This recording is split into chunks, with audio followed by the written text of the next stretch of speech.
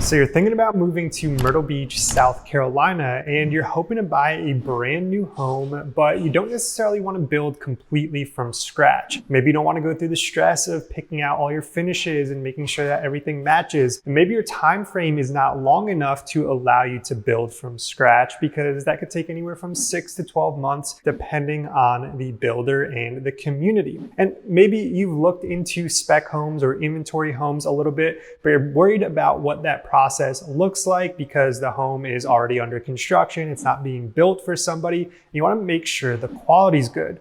Well, then stick around, because we're going to go over that today, and I'm going to show you why it could be a good option for you.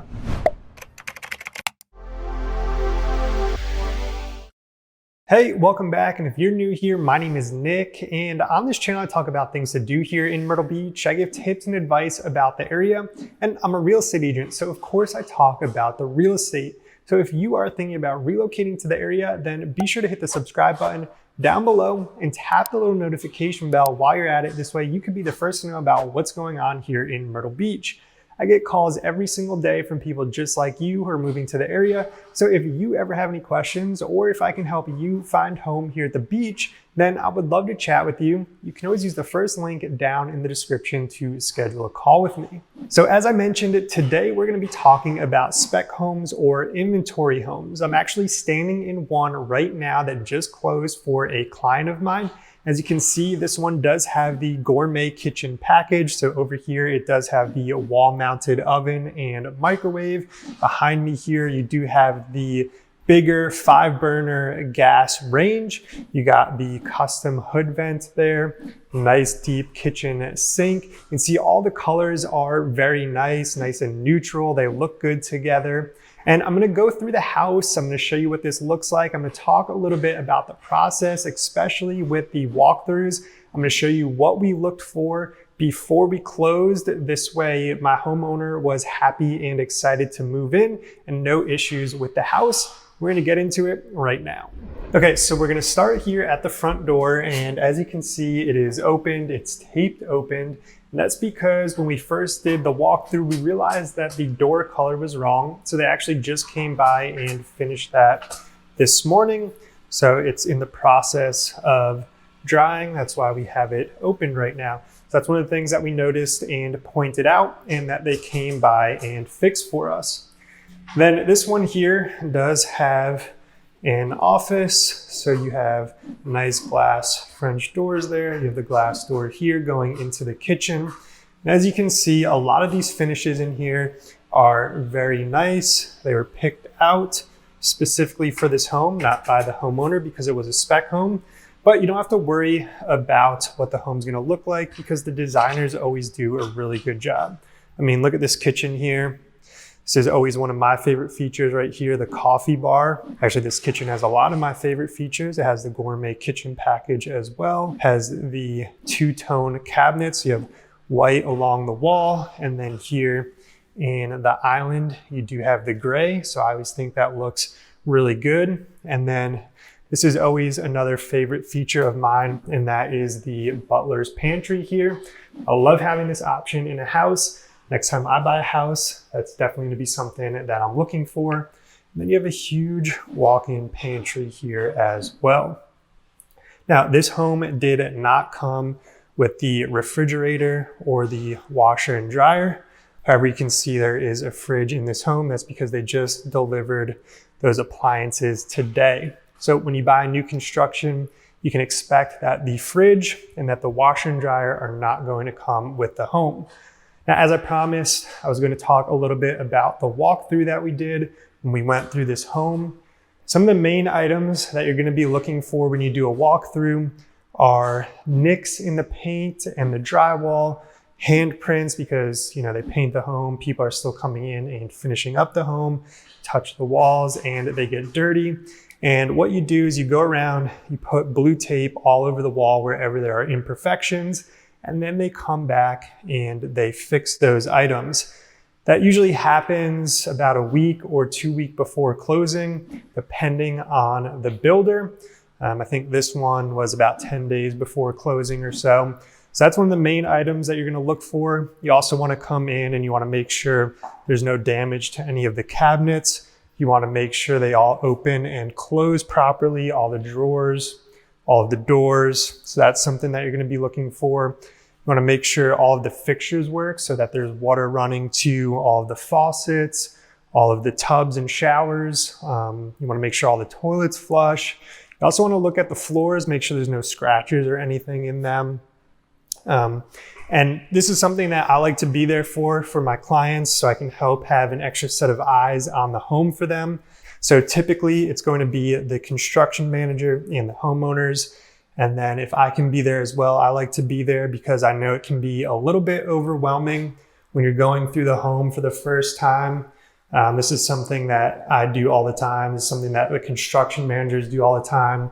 So we do help you look out for items because we're used to looking for things like that. So it definitely helps to have people in your corner helping you with those items. Some other things that you can do before closing on a home. Actually, before I get into that, this model here also has this huge storage closet, which is always nice. And then it has a really nice sized laundry room in there as well. Plenty of space. By the way, this is the Martin Ray floor plan by Pulte. This specific home is in Del Webb here, the 55 plus community. Some other things that you can do before closing on your spec home is you can get an inspection by a third-party company. So this client of mine, they did choose to do that. The inspector found a couple of items that myself and the homeowner would not have necessarily been aware of, right? They found some damaged shingles. They found a couple of spots in the foundation that need a little bit of attention. And we were able to get those items taken care of by the builder before we closed on this home. So heading into the primary bathroom here. Again, you're gonna wanna check all the cabinets, all of the fixtures.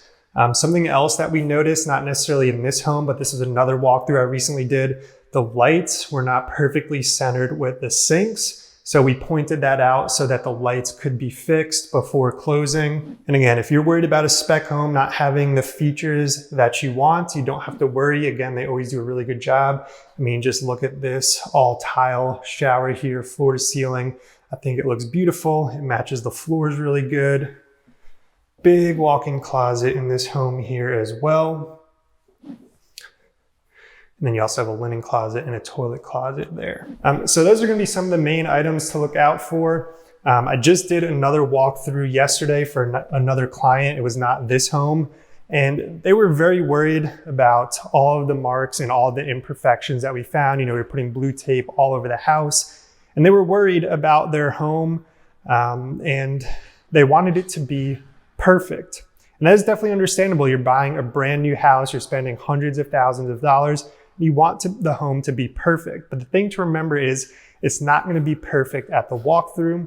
That's why we do the walkthrough, so we can point those things out and get all of the finishing touches done before closing.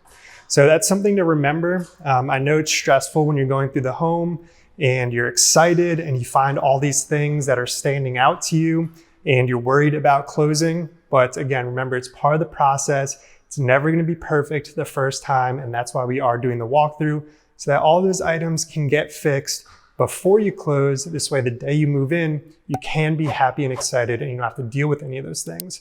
And then the thing to remember is too, a lot of the builders are going to offer a 1 year, they call it a bumper to bumper warranty.